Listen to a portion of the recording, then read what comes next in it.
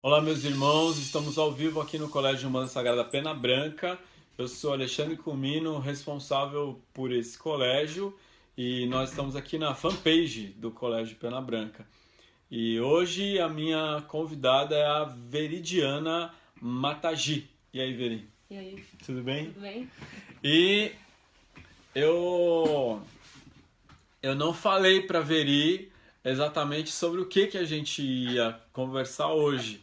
Então eu acho até que a Veri tá pensando que a gente ia falar aqui do xamanismo ou alguma coisa que tá rolando no xamanismo. E ela tá rindo que eu acabei de falar para ela, surpresa, que a gente não tá aqui pra falar do xamanismo, estamos aqui pra falar dela. Então, a gente tá aqui é para falar dela. Foi uma pegadinha. E pegadinha do Alê. A Veridiana escreveu um texto, Mediunidade na Adolescência. E é excelente o texto e não existe material sobre mediunidade na adolescência. Mais do que um material sobre mediunidade na adolescência, é a experiência que a gente tem com a mediunidade na adolescência. Então, nós temos e conhecemos vários médiums que começaram as atividades na adolescência, conhecemos muitos adultos que entraram na Umbanda na adolescência, mas conhecemos poucas pessoas que têm condição de fazer uma reflexão oportuna sobre a situação. Então, Veridiana Matagi é médium, e eu conheço ela desde que ela nasceu, né? E aí, é isso, o povo quer saber como é que começou essa mediunidade, que mediunidade é essa, qual foi essa experiência de mediunidade na adolescência, que é a experiência de muitas pessoas, mas não de todas as pessoas, mas a sua impressão, a sua reflexão, né, Veri? E fica à vontade aí para se apresentar, eu sou a Eu sou a Veridiana. Veridiana Matagi e atualmente eu tô dando aula aqui no Pena Branca de Xamanismo, eu dou aula de filosofia, eu sou formada em filosofia, então eu dou aula desde os 15 anos, né? Então dei aula de inglês, depois fui fazer faculdade de filosofia, comecei a dar aula de filosofia e hoje tô dando aula aqui no Alexandre de Xamanismo, já faz uns anos que eu tô estudando e praticando xamanismo. Então, trabalho com círculos de cura para mulheres também. E acho que é isso. Beleza. Você, mediunidade na adolescência. O que rolou? Que rolou na sua adolescência? Que é um mediúnico, macumbístico? Macumbístico, macumbeiro. Tá, a primeira manifestação que eu tive de mediunidade, eu era bem pequena, né? Eu tinha uns 7 anos. E eu acordei uma vez de madrugada e vi uma pessoa. Eu tava dormindo num colchão no chão e eu vi uma pessoa sentada com uma cadeira em cima do meu colchão. Uma mulher sentada, né? Com uma roupa, parecia uma roupa assim de aviador, não sei, um uniforme assim de exército, alguma coisa do tipo.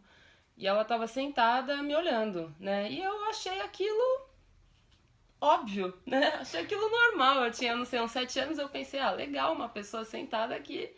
Eu não entendi muito, mas eu achei aquilo, não fiquei assustada nem nada, mas comentei com a minha mãe. E aí depois e ela falou, ela explicou, né? Falou, olha, pode ser uma pessoa assim que já morreu e tudo mais, que gosta de você, que veio te ver, né? Isso é normal, não fica preocupada, mas eu nem tava preocupada. E aí depois, acho que de uma semana, uns 15 dias depois também, na casa da minha avó, eu acordei pra tomar Qual água. vó? Minha avó Materna? materna, minha avó materna. Eu acordei pra tomar água e no corredor eu vi uma mulher com... Parecia uma mulher com que depois eu fui saber que era um sari, né? Aquela vestimenta indiana feminina. Uma mulher com sari. E chorando. E depois eu vi isso, aí eu fiquei um pouco preocupada, porque a pessoa tava chorando, e aí eu não entendi direito. Comentei também com a minha mãe, ela falou, não, é normal, tal, minha família já tinha um envolvimento, assim, mais com kardecismo, mas quando a coisa apertava ia até um terreiro de umbanda, tal, né, aquela coisa. E aí depois eu comecei a ouvir essa mesma mulher que eu vi chorando lá, eu ouvia, comecei a ouvir ela. Então eu tava lá na minha casa e aí eu ouvi ela chorando. Aí minha mãe me levou no lugar e tudo mais, né? Aí ali já foi o primeiro indício, assim, de que havia algo, né?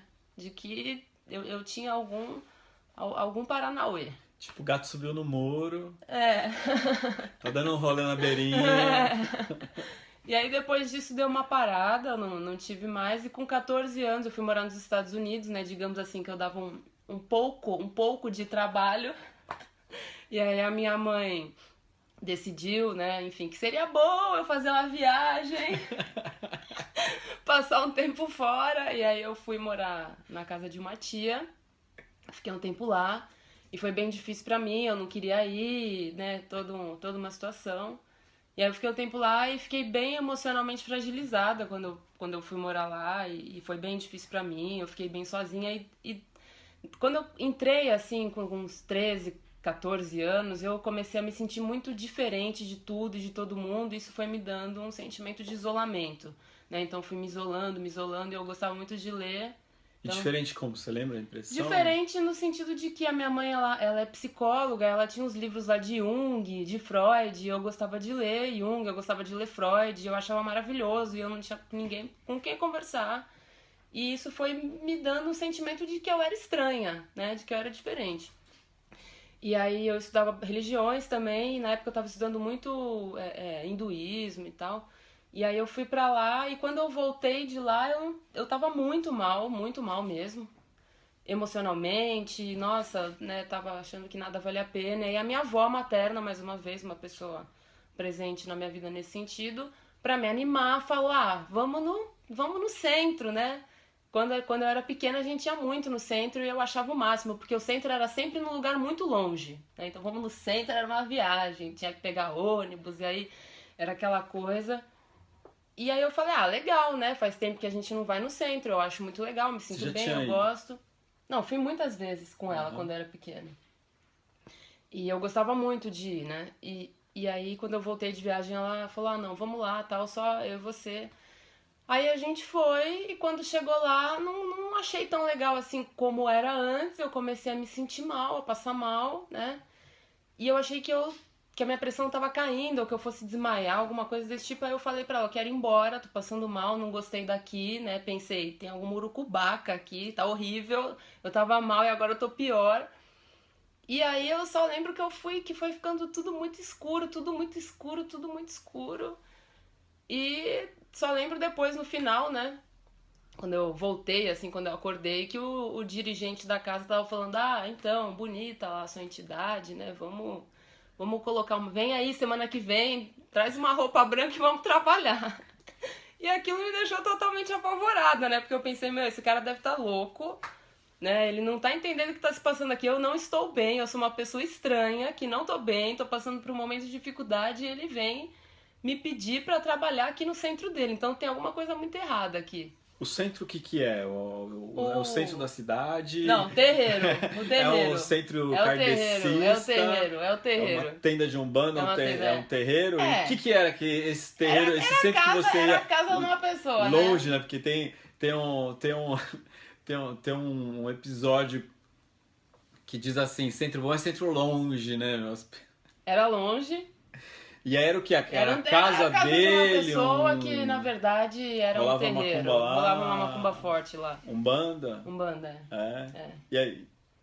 E aí eu falei, tá bom, né, obrigada, tal. E aí eu falei, minha avó chegou em casa e falou, oi, que beleza, vocês não sabem o que aconteceu, a Veridiana incorporou no centro a entidade e tal. E todo mundo, nossa, que bom, que legal.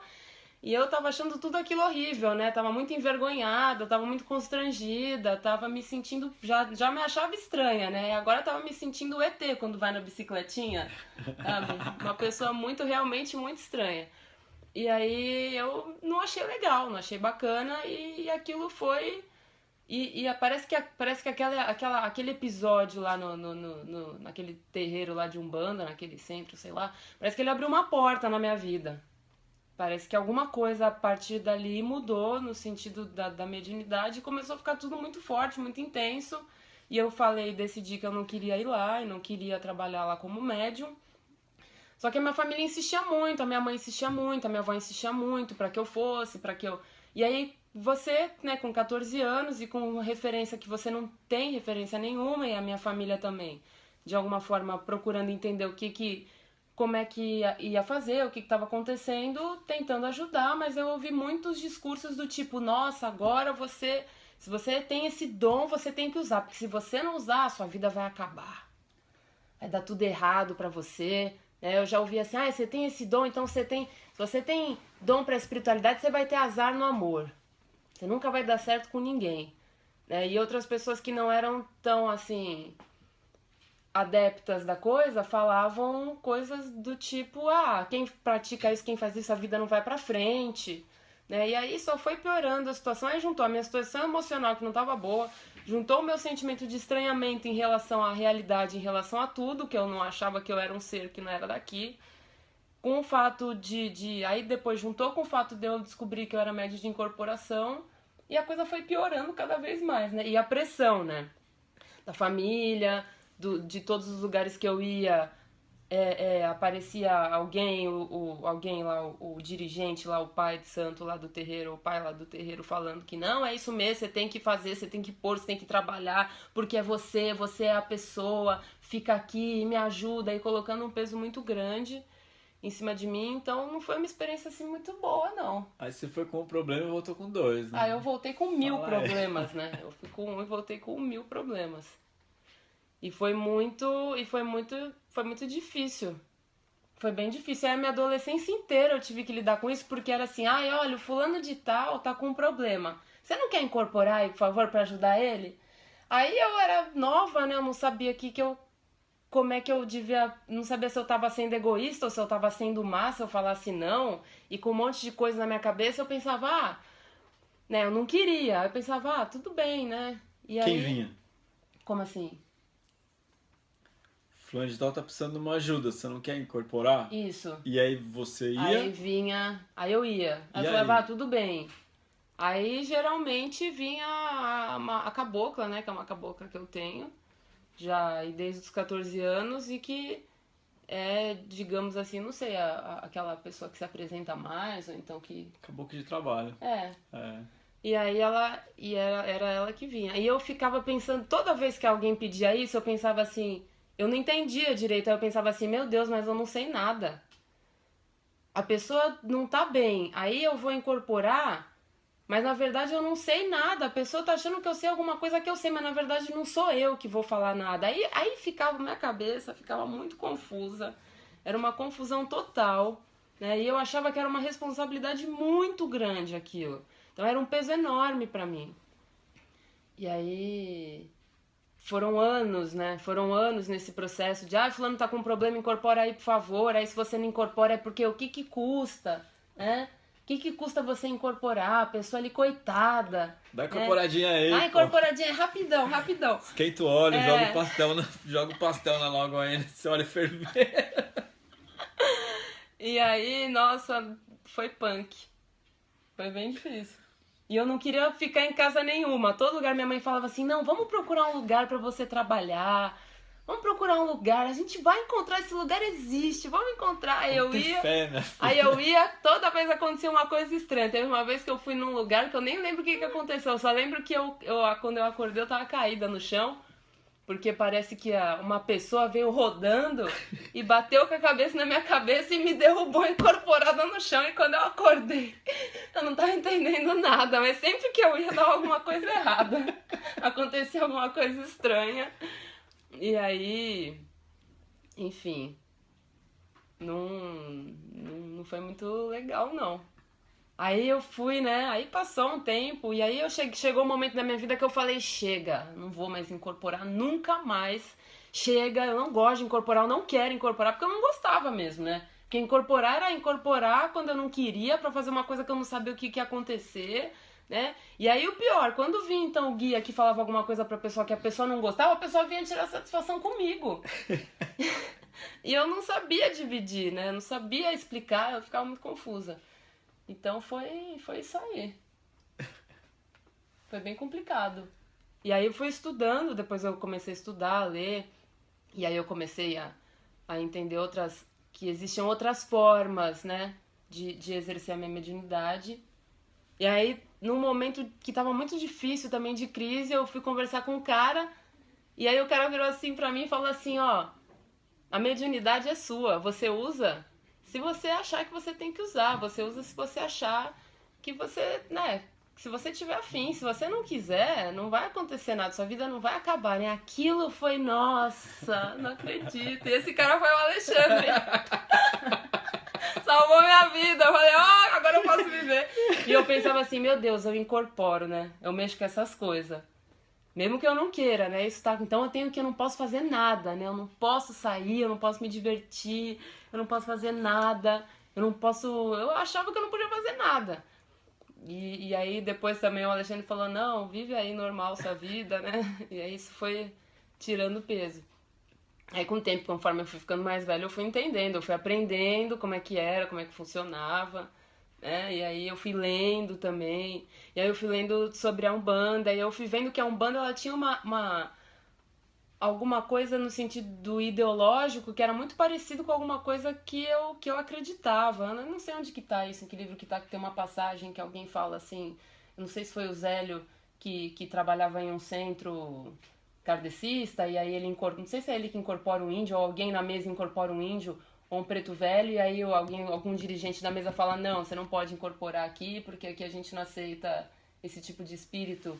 E aí depois ele funda, ele recebe lá o caboclo das Sete Encruzilhadas e funda a Umbanda pra acolher, né? É exatamente isso. E isso tem tudo a ver comigo, tem tudo a ver com a minha vida, né? Tem tudo a ver com o que eu penso, com o que eu acredito da vida, do mundo, né? Com essa coisa de acolher mesmo, de que a gente de que é tudo igual, de que somos todos um. Então eu nesse momento abriu um amor, assim, uma coisa bonita no meu coração em relação à Umbanda, e aí também já estava mais velha, né? Já estava melhor e eu fui achando outras formas de exercer a minha mediunidade. O xamanismo foi um caminho muito bom para mim, que ele me proporcionou a possibilidade de exercer a minha mediunidade de uma outra forma, mas de uma forma forte também. Então foi mais ou menos isso. Agora o que eu acho complicado nessas situações, nesses casos de mediunidade na adolescência, é quando você descobre que seu filho é médium e aí você quer ajudar, mas na verdade você não sabe como ajudar. E às vezes você pode acabar colocando um peso, sem saber que você está fazendo isso, você pode acabar colocando um peso em uma situação que já está muito pesada para ele, que já está muito difícil para ele, né? Então eu penso assim, uma coisa é um adulto incorporar, trabalhar num lugar, dar uma consulta, outra coisa é uma criança de 15 anos, de repente incorporar, trabalhar, ter que falar, ter que fazer. Então acho que essa história assim de, você é médium, vai lá, senta lá, incorpora, trabalha, né, dá consulta, eu acho muito complicado. Principalmente quando esse médium ele é consciente e quando o consulente ele traz um tema muito pesado. É como se fosse um robô, né? O negócio você aperta um botão, né? Então, agora que a gente sabe que pode apertar o botão em você, vai lá que nós vamos apertar o botão e você vai ficar atendendo até a hora de desligar. E não é assim, né? Não é assim. Então, se a gente está falando de adolescência, existe uma questão pertinente à maturidade, né? Exatamente. Qual a maturidade para lidar com as questões que vão vir à tona, né? Então, o consulente, todos nós já fomos consulentes, mas você não pode esperar que o consulente tenha bom senso ou que ele tenha noção do que está acontecendo. E jamais o consulente vai parar para olhar, meu Deus, esse médium é uma criança, então vou medir o que eu vou falar para esse caboclo. Não existe isso, né?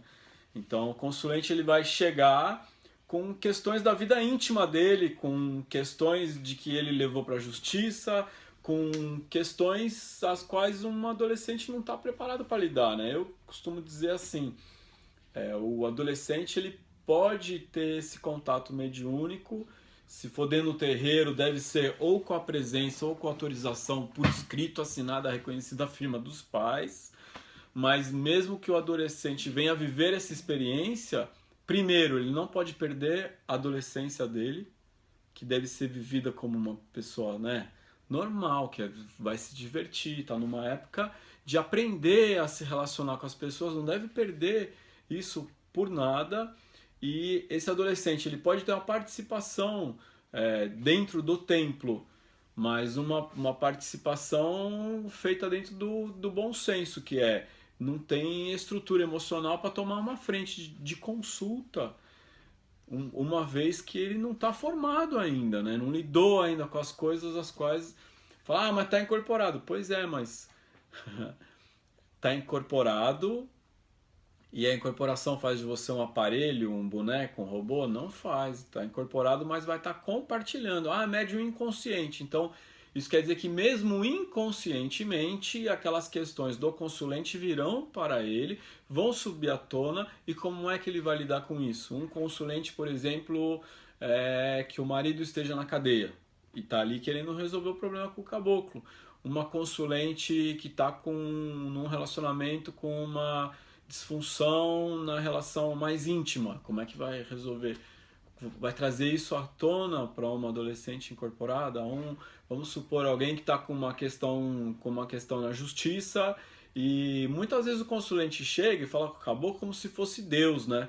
Ou seja, ó, caboclo, já que você está aqui, você é espírito, então fala para mim o que eu devo fazer. Eu vou casar, eu vou separar, ou vou processar ou não vou processar a pessoa. Então, dentro de um templo que tem uma estrutura, a gente já faz uma preleção dizendo, pelo menos aqui no Pena Branca, a gente faz uma preleção dizendo: não estamos aqui para prever o futuro, não estamos aqui para dizer os números da loto, não estamos aqui para provar nada para ninguém, não estamos aqui para dizer se fulano ou ciclano vai morrer, não estamos aqui para dar conselhos se você acha que está sendo traído. Você precisa aprender a conversar com o seu companheiro, com a sua companheira.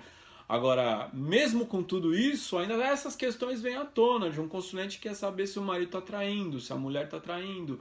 E aí você trazer tudo isso para um adolescente incorporado é um crime. Eu acho que é um crime, simplesmente um crime. E aí quem não tem quem está em torno e não tem essa maturidade, por exemplo, os pais de um adolescente não têm essa maturidade se eles não fazem parte desse universo. Agora, pior é quando você tem um dirigente espiritual que deveria ter o conhecimento desse universo, um dirigente espiritual que deveria ter noção do que é que ele está lidando ali, e de repente chega para um adolescente e fala: não, você é médium, trabalha, vem aqui e vem cumprir suas funções igual a todos os outros. Que é aquele negócio o que é fazer justiça? É tratar todo mundo igual? Ou fazer justiça é saber que você está sendo... Você está sendo correto quando você entende que tem que tratar de forma maior o menor e de forma menor o maior. Eu vi uma vez um desenho que mostrava uma escadinha assim, ó, e na escadinha primeiro tinha um patamar, uma pessoa grande, uma média, uma baixa, em cima de um patamar tentando enxergar do outro lado do muro. E o patamar era igual para todos, então aquela pessoa mais alta enxergava, o outro não enxergava. Falava: isso aqui é tratar todo mundo igual, todo mundo no mesmo nível? Ou tratar todo mundo igual aquele que é menorzinho estava em cima de um banco maior, o médio estava num banco menor e o outro não precisava de banco, e todos conseguiam enxergar do outro lado. Ou seja, é justiça tratar uma criança, um adolescente e um adulto da mesma maneira? Não, não é justiça. Falar: aqui a gente trata todo mundo igual. Acontece que as pessoas não são iguais. Então, numa corrente mediúnica, tratar todo mundo igual nem sempre é o melhor caminho, principalmente se você tem um adolescente. O adolescente deve ser tratado como adolescente, a criança como criança, o adulto como adulto e o velho idem. Então, houve aqui também o caso de uma menina que veio de outro terreiro e veio aqui para estudar. E veio com a mãe dela, frequentou durante um tempo aqui o Pena Branca, e a mãe chegou para mim e falou: olha, a gente frequenta o terreiro tal, a minha filha tinha acho que uns 13, 14 anos, e o dirigente exige que ela vá lá 1, 2 vezes por semana para limpar, e que ela incorpore, e que ela atenda todo mundo. Eu falei: não, tá errado. Então é isso. Qual preparo a gente tem para lidar com essas questões? Como lidar com essas questões, né? Então acho que primeiro ouvir, ter o bom senso e entender. Inclusive tomar consciência que muita gente não tem a menor noção do que está rolando mediunicamente, nem com o adulto e nem com o adolescente. Falei demais agora, falei pra caramba. Não, eu compartilho desse ponto de vista também. E eu penso em uma outra questão também que me ocorre, é que a mediunidade de incorporação na adolescência, ela é um poder. Ela é um poder muito grande. Então eu acho que tudo isso tem que ser conversado, né, com esse adolescente, para que ele entenda que isso é um poder e que isso tem que ser usado da melhor forma possível. E o que é que acontece, e que apesar disso ser um poder, ele não vira melhor do que ninguém e nem maior do que ninguém por causa disso, né? É uma característica, é uma Explica a questão do capacidade. poder, para saber se a gente está pensando a mesma coisa. Então, eu penso assim, o que que eu sentia assim quando eu vi que eu era médio de incorporação? Eu sentia que eu tinha uma força, eu sentia que eu tinha um poder, que me incomodava muito, que eu não estava achando legal, não estava achando bacana, mas eu entendia que aquilo me dava uma força, que aquilo me dava um poder, nesse sentido. Então eu penso que, de repente, isso pode confundir a cabeça do adolescente, dele pensa assim, nossa, tanto pro positivo quanto pro negativo, né? Por exemplo, eu tenho um poder, que no meu caso era eu tenho um poder, eu tenho uma força, mas isso não é legal, eu tenho que esconder, eu converso com as minhas amigas, mas eu não posso falar sobre isso porque eu acho que isso é uma coisa estranha, eu acho que isso é uma coisa feia, eu acho que isso é uma coisa que me torna diferente de todo mundo. E pode ser um poder no sentido também de que, eu sou médio de incorporação, eu tenho um poder, eu tenho uma força, eu tenho alguma coisa especial. E aí, de repente, esse jovem se colocar num patamar diferente.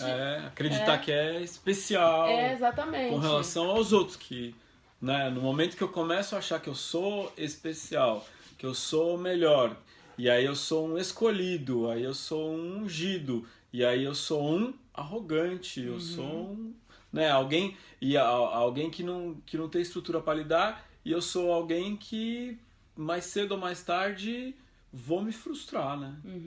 Vou me frustrar, vou ter um choque de realidade a hora que a casa cair, né? E mais cedo ou mais tarde ela cai, né? Essa é uma outra coisa, uma outra questão. E essa questão dos amigos também na adolescência é muito difícil, né? Eu penso que duas coisas podem acontecer. Ou você ter isso, e você, como eu já vi isso acontecendo, de um jovem que tem uma mediunidade banalizar isso totalmente, né? E falar, porque não sei o quê, porque qualquer coisa eu incorporo aqui o meu Exu, eu chamo meu Exu porque eu incorporo isso, porque eu incorporo aquilo, porque eu faço isso, porque eu faço aquilo, então banalizar é um problema. E um outro problema também que eu penso nesse momento é o problema de você não saber lidar, não poder levar aquilo como se aquilo fosse uma coisa, um segredo, sabe? Assim, uma coisa secreta, ninguém pode saber, porque eu sou estranho. Que eu faço alguma coisa que ninguém faz, e aí eu vou escondendo aquilo, né? É muito chato isso. É muito louco. E a gente tem uma parada, na adolescência a gente tem uma parada hormonal, né? Também. Fala aí, o que é a mistura de hormônios com mediunidade? Nossa, é uma bomba. Uma mistura totalmente explosiva, né?